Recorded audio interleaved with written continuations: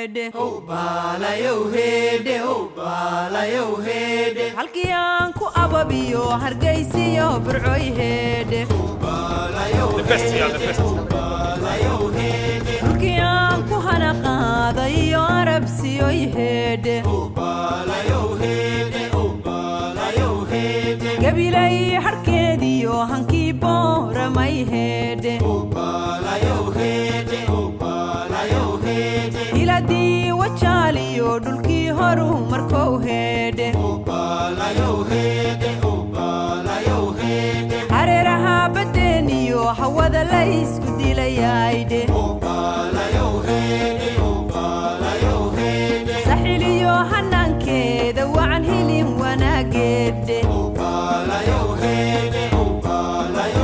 Order 2014, Lord Taylor of Holbeach.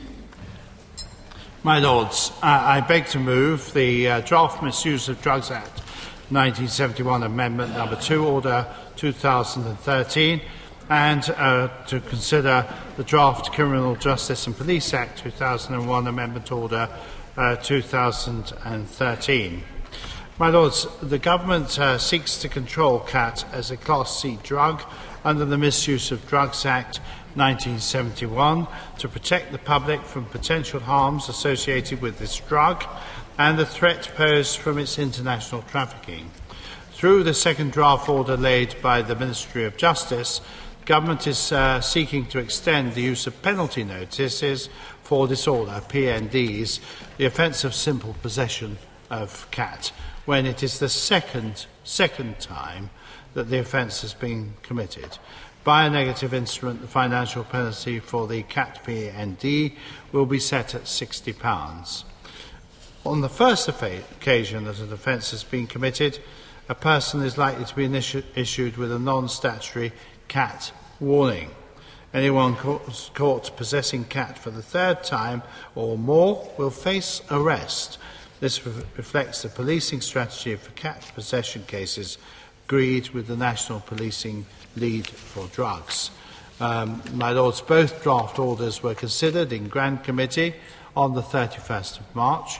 The House will be aware that both draft orders have been approved in the House of Commons. I commend the two orders to the House. Having been a campaigner of Khat ban for the past, I would say, 7 years, alongside our leader and Abu Bakr Awale, who is behind the Khat Deed campaign. I have to tell you, this is one of the most profound decisions made by a UK politician in relation to our communities for a long time. From a parental perspective, the ban in Khat is fully justified because it was breaking families, it was wasting people's money. There's been an increase on mental health among our people. That is all related to Khat. So what I can say is that my conclusion has been and has always been that Khat ban has been the right action taken by the government, and it was justifiable because it was a much needed decision for our own community. And I can only also say that this will be a stepping stone for far greater positive change within our community. There is positive developments. For example, young people and men in particular are looking for jobs now. Some of them are engaged in looking after their families more. Some of them are taking their children to school in the morning, even if they're not working. I have observed that myself within the school runs. So in that context, there's been some positive developments. But in the long run, where economic participation will be vital, I take the view that some of the major positive developments within the ban would be realized in 5-10 years' time. But the early stages or the preliminary stages of evidence we have seen suggest that there is some positive news to report. And also on the cultural level, it seems there is an overwhelming understanding that people the issue of Khat has affected our people adversely, and some of them people who are already engaged in Khat were already fed up with the issue of Khat. So in that respect, there's also been a cultural change, and in that context. So overwhelmingly, I would welcome, although some people may say you're biased, that there has been a positive development. I think what I give the community is that these young people and men need to be supported more, and I also have to tell people that it may be difficult in the short run, but in the long run it will be better for their own families and for their own finances, because at the end of the day, we have all recognized that the impact God is having on our own communities, and it's only when we accept that particular decision or that particular thinking that we will move forward as a society and take part in this great nation of ours.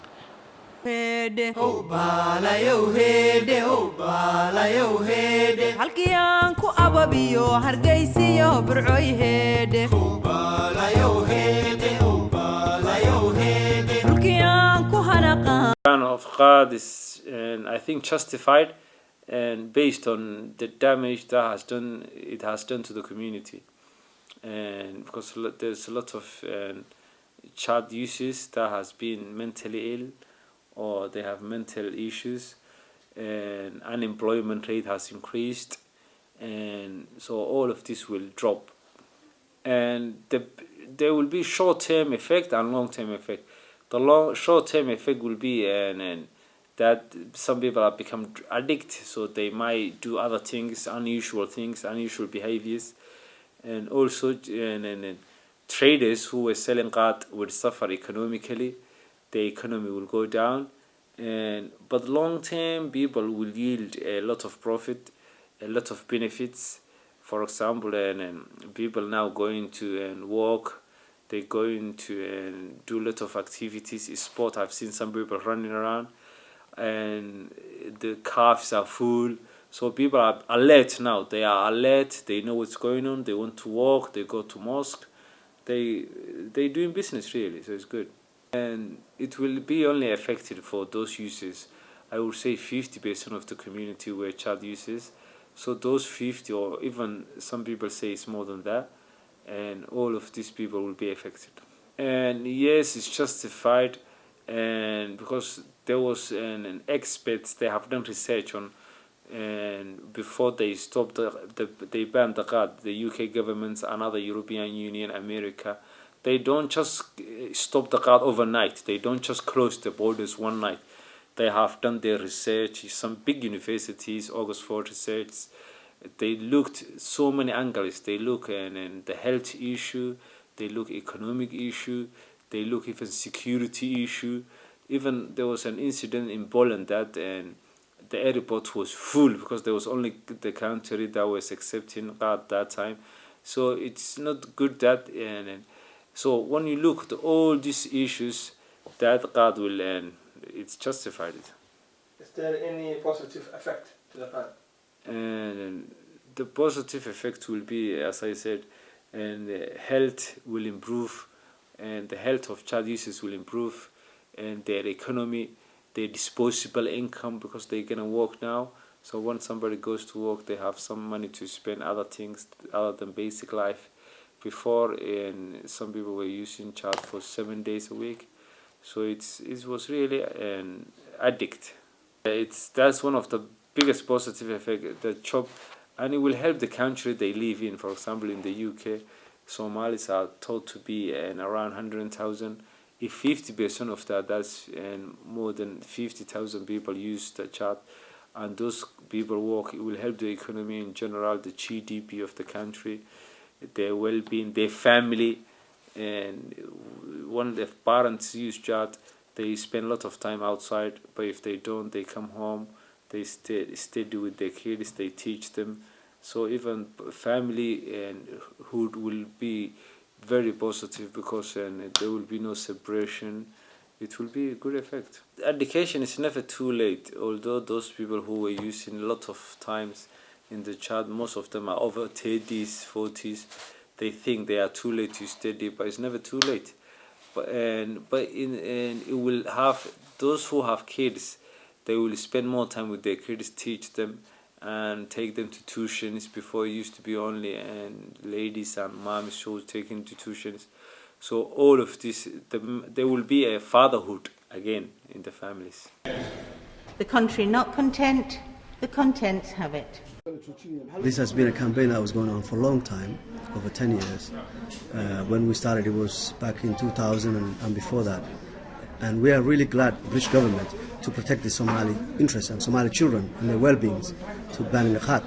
Because the reality is that I have been working for the community for over 20 years.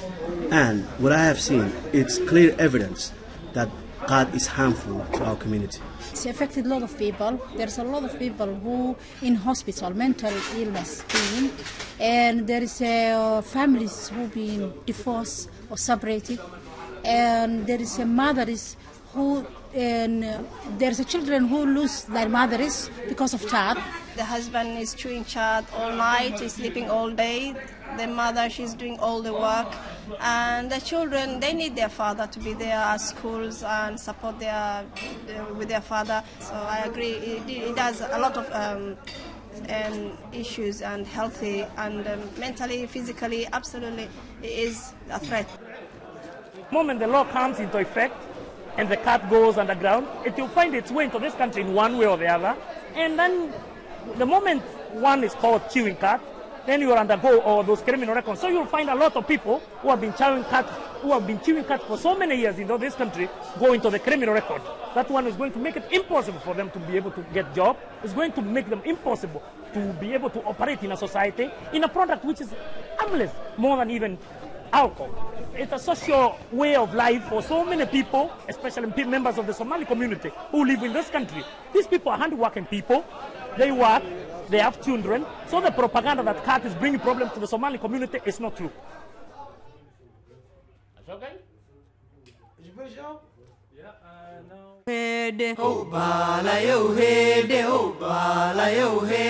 halkii aan ku ababiyo hargeysiyo burcoy heedhe